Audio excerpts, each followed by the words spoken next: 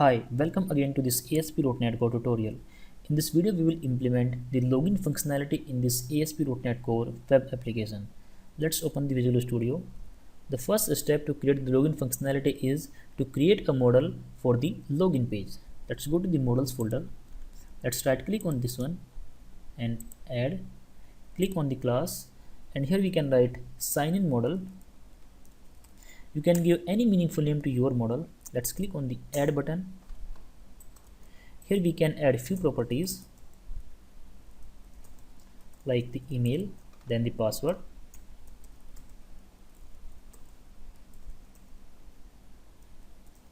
and then one checkbox for the remember me.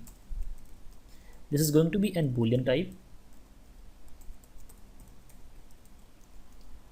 Let's add some data annotations on these properties. Suppose I want to make this required, then it should be an email address. Then in the second one, this is also required. You can update the error messages by yourself. Then let's update the data type.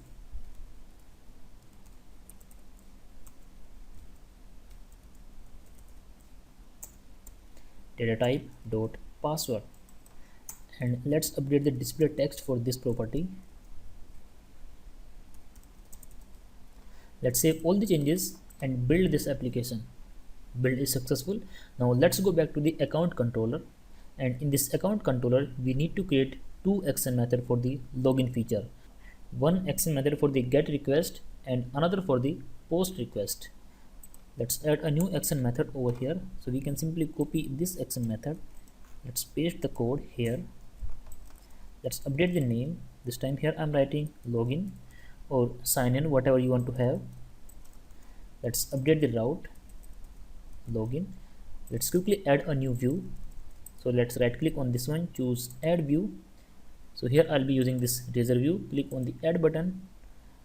The name of the view is login. We can choose the existing template. So here is the create template. Let's choose the model class. So here we have the sign in model, and I do not want to use any layout page for this particular login page. So I can simply click on this add button. And because this is a new page, so similar to the sign up page, we need to add the bootstrap code over here also.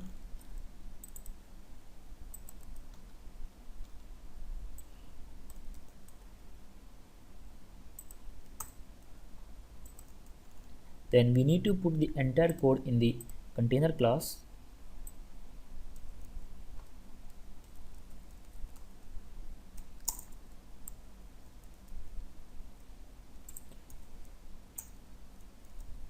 Save the changes, and here let's add one more div.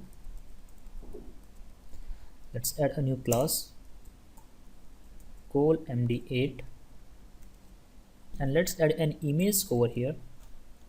The images are available inside this www root folder. Open the images folder, and then here we have this login.png.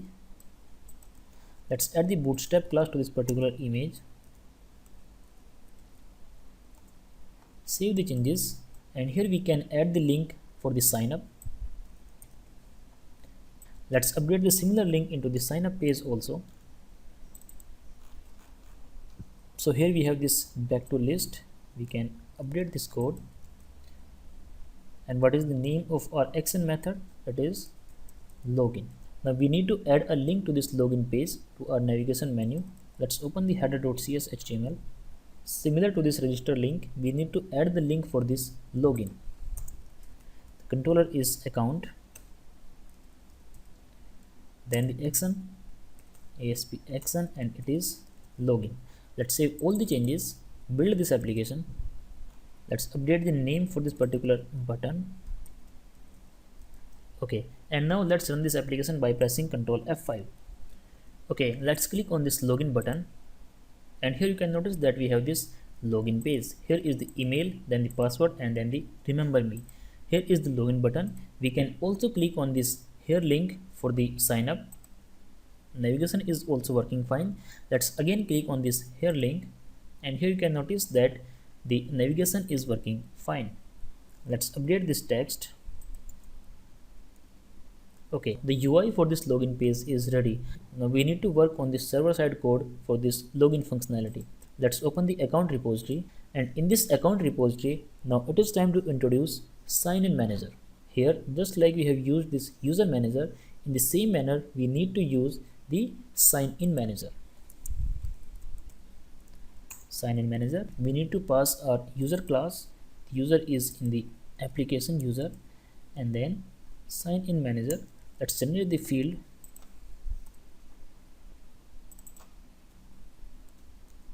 Let's create a new action method over here. So public async task. Here I'm writing password sign in. Let's pass this sign in model, and let's give it a name, sign in model. Okay, and here we need to use a method that is available inside this sign in manager. Let's use that. Sign in manager dot password sign in async. We need to use this method. Let's see the details of this method. Here you can notice that there are a couple of things that we need to pass. First one is we need to pass the username, that is email in our case, then the password, then is persistent, and the lockout on failure.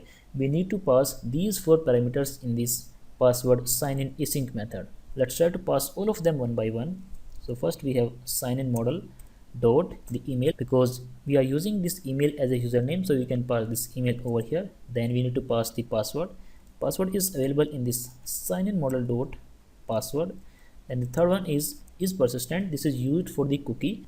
If you want to stay signed in your application, then you can pass the true, otherwise false, because we already have a checkbox on our UI, so we can use that checkbox over here. Sign in model dot remember me, and the fourth parameter is lockout on failure. It means if user is entering wrong password multiple times, then we can log its account.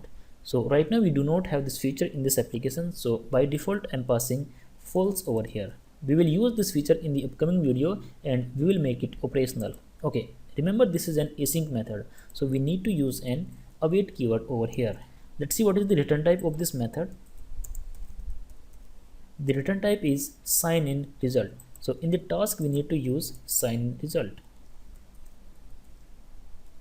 We need to add the same method into our interface also. Let's copy this line, go back to our interface, and there we go. Now we can use this method into our account controller. Let's go back to the account controller. Here let's add an action method for the post login.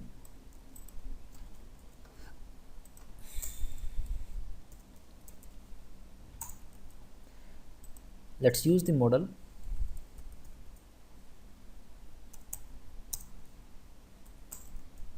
Let's make this method as async method.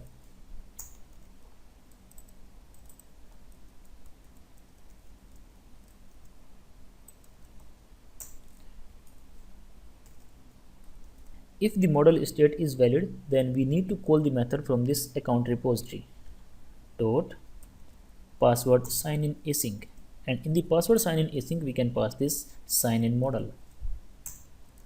Okay, because this is an async method, so we need to use await keyword over here, and let's see the return type.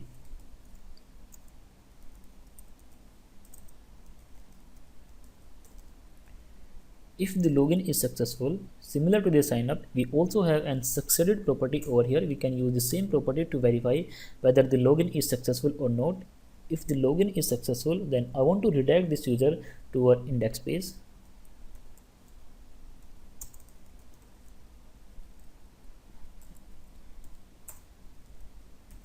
So I want to redirect it to the index action method of home controller.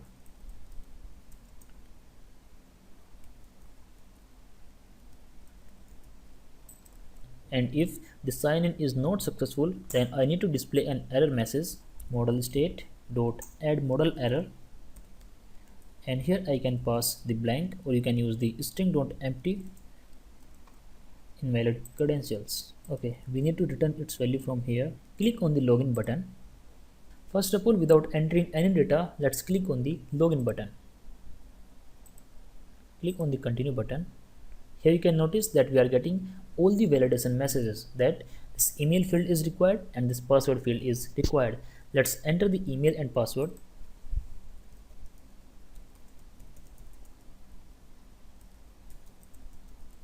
And let's enter a wrong password over here. Click on the login button. Let's click on the F10 button.